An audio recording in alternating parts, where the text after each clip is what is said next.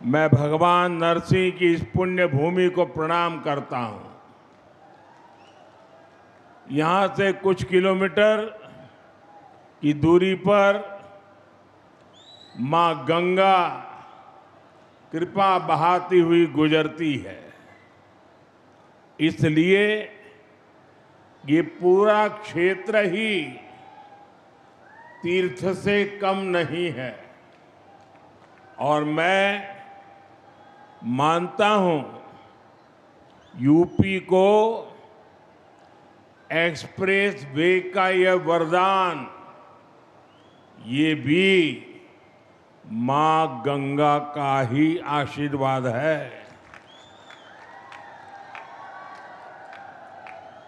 अब आप कुछ ही घंटों में संगम भी पहुंच सकते हैं और काशी में बाबा के दर्शन करके भी वापस आ सकते हैं।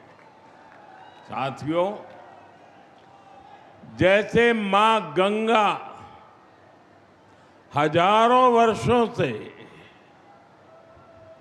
यूपी की और इस देश की जीवन रेखा रही है, वैसे ही आधुनिक प्रगति के इस दौर में उनके समीप से गुजरता ये एक्सप्रेस वे ये यूपी के विकास की नई लाइफलाइन बनेगा। ये भी अद्भुत संयोग है कि पिछले 4-5 दिनों में मैं मां गंगा के सानिध्य में ही रहा हूं। 24 अप्रैल को मैं जब बंगाल में था तो मां गंगा के दर्शन किए थे और फिर कल तो मैं काशी में था। आज सुबह ही फिर बाबा विश्वनाथ, मां अन्नपूर्णा और मां गंगा के दर्शन करने का सौभाग्य मिला और अब मां गंगा के नाम पर बने इस एक्सप्रेस वे के लोकार्पण का अवसर मिला है। मुझे खुशी है कि यूपी सरकार ने इस एक्सप्रेस वे का नाम मां गंगा के नाम पर रखा है। इसमें विकास का हमारा विजन भी झलकता है और हमारी विरासत के भी दर्शन होते हैं। मैं यूपी के करोड़ों लोगों को गंगा एक्सप्रेस वे की बधाई देता हूं। साथियों, देश के तेज विकास के लिए हमें तेजी से आधुनिक इंफ्रास्ट्रक्चर का भी निर्माण करना है। दिसंबर 2021 में गंगा एक्सप्रेस वे का शिलान्यास करने मैं शाहजहांपुर आया था। अभी 5 साल से भी कम समय हुआ है और आप देखिए देश के सबसे बड़े एक्सप्रेस वे में शुमार यूपी का सबसे लंबा ग्रीन कॉरिडोर एक्सप्रेस वे ये 5 साल के भीतर भीतर बनकर तैयार हो गया है।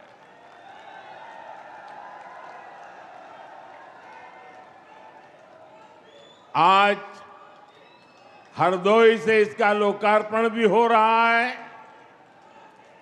यही नहीं, एक और गंगा एक्सप्रेस वे का निर्माण पूरा हुआ है तो साथ ही इसके विस्तार की योजना पर भी काम शुरू हो गया है। जल्द ही गंगा एक्सप्रेस वे मेरठ से आगे बढ़कर हरिद्वार तक पहुंचेगा।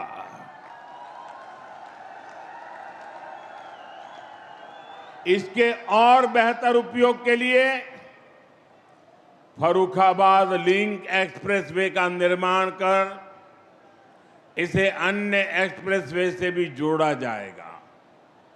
ये है डबल इंजन सरकार का विजन। ये है भाजपा सरकार के काम करने की स्पीड। ये है भाजपा सरकार के काम का तरीका। भाइयों बहनों, कुछ ही दिन पहले मुझे दिल्ली देहरादून एक्सप्रेसवे के लोकार्पण का अवसर मिला था। तब मैंने कहा था कि नए बनते एक्सप्रेसवे विकसित होते भारत की हस्तरेखाएं हैं और ये आधुनिक हस्तरेखाएं आज भारत के उज्जवल भविष्य का जयघोष कर रही है। साथियों, अब वो दौर चला गया जब एक सड़क के लिए दशकों तक इंतजार करना पड़ता था। एक बार घोषणा हो गई तो वर्षों तक फाइलें चलती थी। चुनाव के लिए पत्थर लग जाता था। उसके बाद सरकारें आती रहती थी, जाती रहती थी, लेकिन काम का कुछ अता पता नहीं लगता था। कभी कभी तो पुराने फाइलें ढूंढने के लिए बड़े बड़े अफसरों को 2-2 साल तक मेहनत करनी पड़ती थी। डबल इंजन सरकार में शिलान्यास भी होता है और तय समय में लोकार्पण भी हो करके रहता है। इसलिए ही आज यूपी के एक्सप्रेसवे से भी ज्यादा रफ्तार अगर कहीं है तो वो यूपी के विकास की रफ्तार ही है। साथियों, वो एक्सप्रेसवे केवल एक हाई स्पीड सड़क नहीं है। ये नई संभावनाओं का, नए सपनों का, नए अवसरों का गेटवे है। गंगा एक्सप्रेसवे करीब 600 किलोमीटर लंबा है। पश्चिमी यूपी में मेरठ, बुलंदशहर, हापुड़, अमरोहा, संभल और बदायूं, मध्य यूपी में शाहजहांपुर, हरदोई, उन्नाव, रायबरेली, पूर्वी यूपी में प्रतापगढ़ और प्रयागराज, इनके आसपास के दूसरे जिले गंगा एक्सप्रेसवे, इससे इन इलाकों के करोड़ों लोगों का जीवन बदलेगा। साथियों, इन क्षेत्रों को गंगा जी और उनकी सहायक नदियों की उपजाऊ मिट्टी का वरदान मिला है। लेकिन पहले की सरकारों ने जिस तरह किसानों की उपेक्षा की, उसके कारण किसान परेशानियों के में ही घिर करके रह गए। यहां के किसानों की फसलें बड़े बाजारों तक नहीं पहुंच पाती थी। कोल्ड स्टोरेज की कमी थी, लॉजिस्टिक का अभाव था, किसानों को उनकी मेहनत का सही मूल्य नहीं मिलता था। अब उन कठिनाइयों का समाधान भी तेजी से होगा। गंगा एक्सप्रेसवे से कम समय में बड़े बाजारों तक पहुंच मिलेगी। यहां खेती के लिए जरूरी इंफ्रास्ट्रक्चर का विकास होगा। इससे हमारे किसानों की आय बढ़ेगी। साथियों, गंगा एक्सप्रेसवे यूपी के एक छोर को दूसरे छोर से तो जोड़ता ही है, ये एनसीआर की असीम संभावनाओं को भी करीब लाएगा। गंगा एक्सप्रेसवे पर गाड़ियां तो दौड़ेगी ही, इसके किनारे नए औद्योगिक अवसर विकसित होंगे। इसके लिए हरदोई जैसे दूसरे जिलों में इंडस्ट्रियल कॉरिडोर विकसित किए जा रहे हैं। इससे हरदोई, शाहजहांपुर, उन्नाव समेत सभी 12 जनपदों में नए उद्योग आएंगे।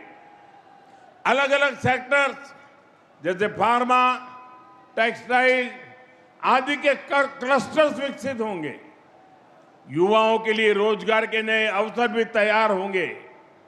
साथियों, हमारे ये युवा मुद्रा योजना और ओडीओपी जैसी योजनाओं को उसकी ताकत से खुद भी नए नए कीर्तिमान गढ़ रहे हैं। यहां छोटे उद्योग, एमएसएमईज को बढ़ावा मिल रहा है। बेहतर कनेक्टिविटी की सुविधा से उनके लिए भी नए रास्ते खुलेंगे। मेरठ की स्पोर्ट्स इंडस्ट्री, संभल का हैंडीक्राफ्ट, बुलंदशहर के सिरेमिक, हरदोई का हैंडलूम, उन्नाव का लेदर, प्रतापगढ़ के आंवला प्रोडक्ट्स, ये सब बड़े स्केल में देश दुनिया के मार्केट में पहुंचेंगे। लाखों परिवारों के इससे आमदनी बढ़ेगी। आप मुझे बताइए, क्या पुरानी सरकार में हरदोई, उन्नाव जैसे जिलों में इंडस्ट्रियल कॉरिडोर बनाने की कल्पना तक हो सकती थी क्या? हमारे हरदोई से भी एक्सप्रेसवे गुजरेगा, ये कोई सोच सकता था क्या कभी? ये काम केवल भाजपा सरकार में ही संभव है। साथियों, पहले यूपी को पिछड़ा और बीमारू प्रदेश कहा जाता था। वही उत्तर प्रदेश आज $1 ट्रिलियन की इकोनॉमी बनने के लिए आगे बढ़ रहा है। ये एक बहुत बड़ा लक्ष्य है, लेकिन इसके पीछे उतनी ही बड़ी तैयारी भी है, क्योंकि यूपी के पास इतनी असीम क्षमता है। देश की इतनी बड़ी युवा आबादी का पोटेंशियल यूपी के पास है। इस ताकत का इस्तेमाल हम यूपी को मैन्युफैक्चरिंग हब बनाने के लिए कर रहे हैं। यूपी में नए उद्योग और कारखाने लगेंगे। यहां जब बड़ी मात्रा में निवेश आएगा, तभी यहां आर्थिक प्रगति के दरवाजे खुलेंगे, युवाओं के लिए रोजगार के अवसर पैदा होंगे।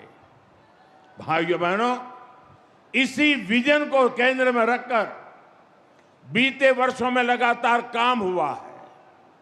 आप सब खुद भी महसूस कर रहे हैं, जिस यूपी की पहचान पहले पलायन से होती थी, आज उसे इन्वेस्टर समिट और इंडस्ट्रियल कॉरिडोर के लिए जाना जा रहा है। यूपी की इन्वेस्टर समिट में देश और दुनिया से कंपनियां आती हैं। यूपी में हजारों करोड़ रुपए का निवेश हो रहा है। आज अगर भारत दुनिया में दूसरा सबसे बड़ा मोबाइल निर्माता है, तो उसमें बहुत बड़ा योगदान यूपी का है। आज भारत जितने मोबाइल बना रहा है, उसमें आधे मोबाइल हमारे यूपी में बन रहे हैं। अभी कुछ ही हफ्ते पहले मैंने नोएडा में सेमीकंडक्टर प्लांट का शिलान्यास भी किया है। साथियों, आप सब जानते हैं एआई के इस दौर में सेमीकंडक्टर कितनी बड़ी फील्ड बनाती जा रही है। यूपी उसमें भी लीड लेने के लिए आगे बढ़ रहा है। भविष्य में असीम अवसरों वाला बहुत बड़ा क्षेत्र यूपी के लोगों के लिए खुल रहा है। साथियों, उत्तर प्रदेश का औद्योगिक विकास आज भारत की सामरिक ताकत भी बन रहा है। आज देश के 2 डिफेंस कॉरिडोर में से एक यूपी में है। बड़ी बड़ी डिफेंस कंपनियां यहां अपनी फैक्ट्री लगा रही है।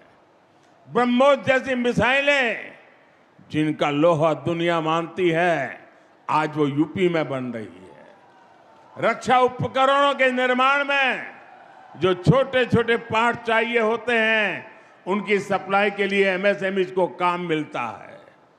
इसका बहुत बड़ा लाभ उत्तर प्रदेश के एमएसएमई सेक्टर को हो रहा है। छोटे छोटे जिलों में भी अब युवा बड़े बड़े उद्योगों से जुड़ने का सपना देख सकते हैं। साथियों, आज उत्तर प्रदेश इतनी तेज गति से विकास कर रहा है क्योंकि यूपी ने पुरानी सियासत को भी बदला है और नई पहचान भी बनाई है। आप याद करिए, एक समय यूपी की पहचान गड्ढों से होती थी। आज वही यूपी देश में सबसे ज्यादा एक्सप्रेस वेज वाला प्रदेश बन चुका है। पहले यहां पड़ोस के जिले तक जाना भी बड़ा मुश्किल होता था, लेकिन आज उत्तर प्रदेश में 21 एयरपोर्ट है, 5 इंटरनेशनल एयरपोर्ट है। अब तो नोएडा इंटरनेशनल एयरपोर्ट का उद्घाटन भी हो चुका है। गंगा एक्सप्रेसवे से नोएडा इंटरनेशनल एयरपोर्ट कुछ ही घंटों की दूरी पर है। भाइयों बहनों, हमारा उत्तर प्रदेश भगवान राम और भगवान कृष्ण की धरती है, लेकिन पिछली सरकारों ने अपनी करतूतों के कारण अपराध और जंगल राज को यूपी की पहचान बना दिया था। यूपी के माफियाओं पर फिल्में बनती थी, लेकिन अब यूपी की कानून व्यवस्था का देश भर में उदाहरण दिया जाता है। भाइयों बहनों, संसाधनों का बंदरबाट करने वाले जिन सिपाहियों के हाथ से सत्ता गई है, उन्हें यूपी की ये प्रगति पसंद नहीं आ रही है। वो एक बार फिर यूपी को पुराने दौर में धकेलना चाहते हैं। वो एक बार फिर समाज को बांटना और तोड़ना चाहते हैं। साथियों, समाजवादी पार्टी विकास विरोधी भी है और नारी विरोधी भी है। अभी बीते दिनों देश ने एक बार फिर सपा और कांग्रेस जैसी पार्टियों का असली चेहरा देखा है। केंद्र की एनडीए सरकार संसद में नारी शक्ति वंदन संशोधन लेकर आई थी। अगर ये संशोधन पास हो जाता तो साल 2029 के चुनाव से ही महिलाओं को विधानसभा और लोकसभा में आरक्षण मिल जाता। बड़ी संख्या में हमारी माताएं बहनें सांसद विधायक बनकर दिल्ली लखनऊ पहुंचती, वो भी किसी और वर्ग की सीटें कम हुए बिना। लेकिन सपा ने इस संशोधन बिल के खिलाफ वोट किया। साथियों, इस बिल से सभी राज्यों की सीटें भी बढ़ती है। हमने संसद में साफ साफ कहा था सभी राज्यों की सीटें एक ही अनुपात में बढ़ेगी, लेकिन यूपी को गाली देकर पॉलिटिक्स करने वाली डीएमके जैसी पार्टियां, उन्हें इस बात पर आपत्ति थी कि यूपी की सीटें क्यों बढ़ेगी। आप देखिए, समाजवादी पार्टी संसद में उन्हीं के सुर में सुर मिला रही थी। ये सपा वाले यहां से आपके वोट लेकर संसद जाते हैं और संसद में यूपी के लोगों को गाली देने वालों के साथ खड़े हो जाते हैं। इसलिए यूपी के लोग कहते हैं समाजवादी पार्टी कभी सुधर नहीं सकती है। ये लोग हमेशा महिला विरोधी राजनीति ही करेंगे। ये हमेशा तुष्टिकरण और अपराधियों के साथ खड़े रहेंगे। सपा कभी भी परिवारवाद और जातिवाद से ऊपर उठ नहीं सकती। ये लोग हमेशा विकास विरोधी राजनीति करेंगे। यूपी को सपा और उसके सहयोगियों से सावधान रहना है। साथियों, आज देश एक ही संकल्प लेकर आगे बढ़ रहा है, विकसित भारत का संकल्प। इस संकल्प को पूरा करने में उत्तर प्रदेश की बहुत बड़ी भूमिका है। आप सब देख रहे हैं आज पूरी दुनिया कैसे युद्ध, अशांति और अस्थिरता में फंसी हुई है। दुनिया के बड़े बड़े देशों में हालत खराब है, लेकिन भारत विकास के रास्ते पर उसी रफ्तार से आगे बढ़ रहा है। बाहर के दुश्मनों को ये पसंद नहीं आ रहा। भीतर बैठे कुछ लोग भी सत्ता की भूख में भारत को नीचा दिखाने की कोशिश में लगे हैं। फिर भी हम न केवल सुरक्षित है, बल्कि विकास के नए नए कीर्तिमान भी गढ़ रहे हैं। हम आत्मनिर्भर भारत का अभियान को आगे बढ़ा रहे हैं। हम आधुनिक से आधुनिक इंफ्रास्ट्रक्चर का निर्माण कर रहे हैं। गंगा एक्सप्रेसवे इसी दिशा में एक और मजबूत कदम है। मुझे विश्वास है गंगा एक्सप्रेसवे जिन संभावनाओं को हमारे दरवाजे तक लेकर आएगा, यूपी के लोग अपने परिश्रम और अपनी प्रतिभा से उन्हें साकार करके रहेंगे।